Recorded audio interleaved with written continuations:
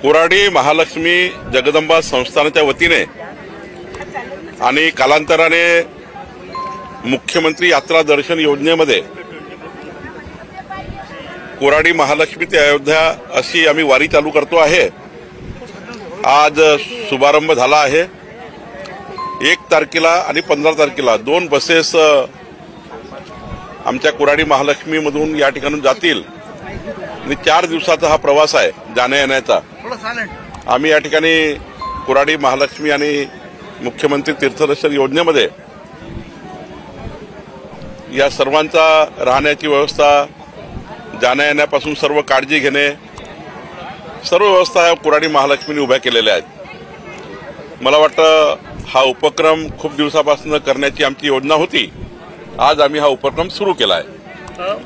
सातत्याने महिन्यामध्ये कसे काय 1 तारखेला 55 महिलांचा एक आज ही ट्रिप निघाली आहे, ही वारी निघाली आहे आणि 15 तारखेला पुन्हा दुसरी वारी जाईल। म्हणजे दोनदा हा महिन्यात 2 बसेस आणि 100 आमच्या लाडक्या बहिणी या वारीमध्ये अयोध्या दर्शन करणार आहेत आणि हा उपक्रमाची खूप मागणी होती आमच्या लाडक्या बहिणींची। आपण त्यांनाही विचारू शकता की त्यांना किती आनंद आहे अयोध्येला जाण्याचा। भगवान प्रभू रामचंद्राचं दर्शन, साक्षात दर्शन घेण्याचा भक्तांचा त्या ठिकाणी आग्रह होता आणि म्हणून आम्ही ही योजना सुरू केली आहे। पंतप्रधानांची भेट झालेली आहे, शाबासकीची थाप मिळालेली काय? काल मी माननीय पंतप्रधान मोदीजी यांना विनंती केली होती, त्यांनी सदिच्छा भेट स्वीकारली आणि मी आई महालक्ष्मीचं काष्ठशिल्प त्यांना दिलं आणि माननीय मोदीजींना आई महालक्ष्मी जगदंबेचं दर्शनाकरताही मी त्यांना निमंत्रण दिलं आहे। त्यांनी निमंत्रण मान्यही केलं आहे। जेव्हा नागपुरात कधी प्रवासात येतील तेव्हा नक्कीच मोदीजी आई महालक्ष्मीच्या दर्शनाला येतील।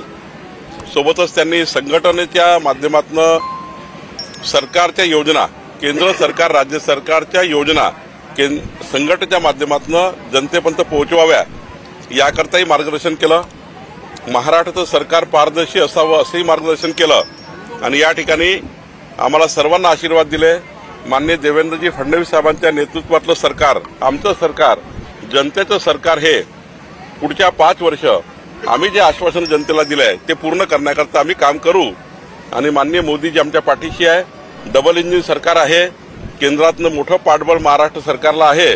माननीय मोदीजी, माननीय देवेंद्रजी डबल इंजिन सरकार आहे। या सरकारच्या माध्यमातून आम्ही जनतेचा विकास करू, जनतेच्या मागण्या पूर्ण करू। भाऊ, तुम्ही असे बोलले होते की आमदारांनी सरकारवर विश्वास ठेवावा, फक्त आमदार धससाठी यांच्यासाठी ती सूचना होती की सर्वांसाठी ती सूचना आहे? नाही, मीडियामध्ये एखाद्या वेळी बोलण्यापूर्वी माननीय मुख्यमंत्री महोदयाशी पूर्ण कुठल्याही प्रकरणामध्ये काय कारवाई झाली आहे, सरकारने काय पुढाकार घेतला आहे, सरकार काय त्या ठिकाणी योजना म्हणजे एखाद्या तपासाबद्दल करताय हे माननीय आमदारांनी जाणून घेतलं पाहिजे। तपासात काही जर अजून ॲडिशन करायचे असतील, जोडायचं असेल तर माननीय मुख्यमंत्री किंवा मंत्री महोदयाशी बोललं पाहिजे।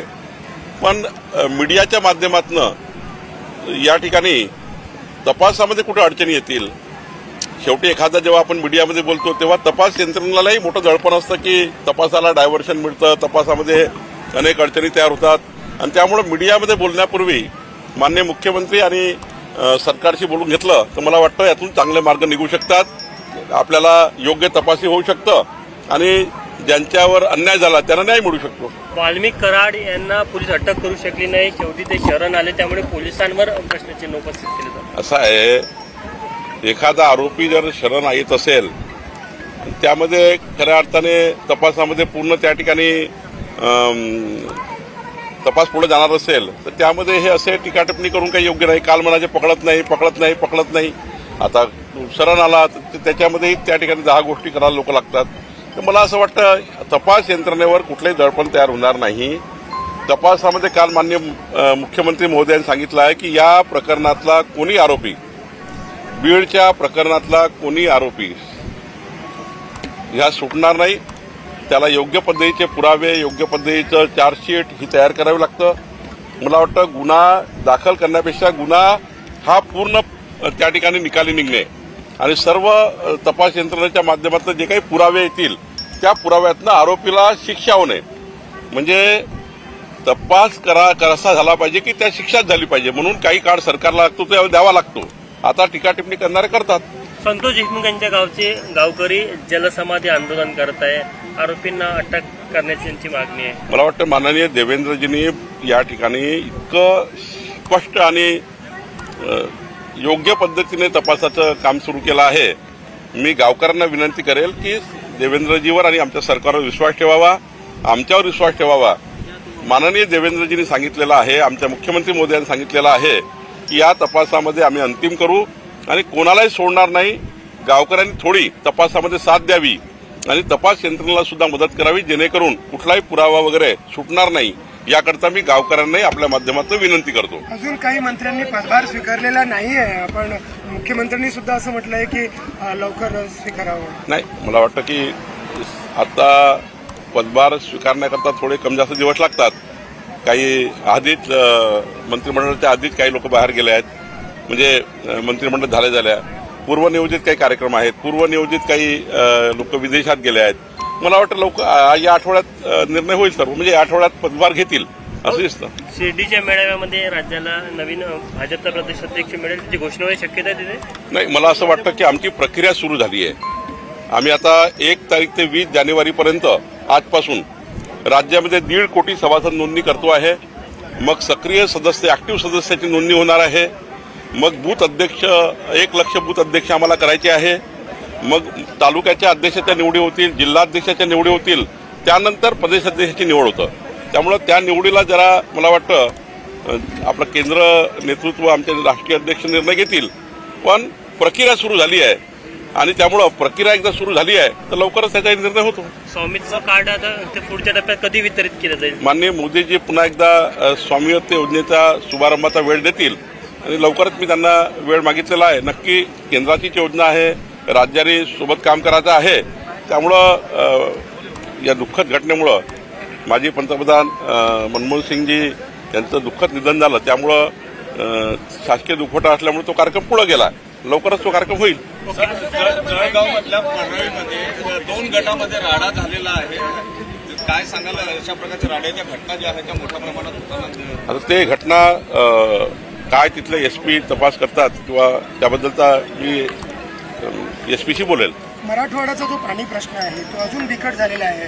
जर जायकवाडीमध्ये 58% जलसाठा असेल तर नाशिक आणि नगरमधून पाणी सुटणार नाही असा निर्णय झालेला आहे. काय सांगता? नाही, मला एकदा निर्णय तपासावा लागेल. आपण सांगतो त्याप्रमाणे मला निर्णयाची पूर्ण माहिती घ्यावी, नंतर त्याच्यात बोलता येईल. सर, अजित पवारांच्या काय अजित पवारांच्या आईने पांडुरंगाकडे साकडं घातलं की अजित पवार आणि शरद पवार हे पुन्हा एकत्र यावे. असं आहे, माननीय शरद पवार साहेब आणि अजित पवार साहेब यांच्याबद्दलचा निर्णय त्या दोघांनीच घ्यायचा आहे. भारतीय जनता पार्टीकडून ना असण्याचं काही कारण नाही आहे. त्या पक्षाने निर्णय करायचा आहे, त्यांच्या नेत्यांनी निर्णय करायचा आहे. त्यामुळे त्यांच्या निर्णयात मी काही बोलणे योग्य नाही. हो, मोहनजीच्या वक्तव्यांना घेऊन मंदिरावर राजनीती करत नाही कोणी नाही, कोण करताय? मोहनजीच्या वक्तव्यांना घेऊन संघ परिवारामध्ये थोडंसं मतमतांतरण नाही, मला तपासून बघावं लागेल पूर्ण काय आला आहे, काय बोललं गेलं आहे. जरा याच्यावर त्यांच्या जनतेने समर्थन नाही, केलं मला बघावं लागेल काय याच्यात बोलण्यापूर्वी.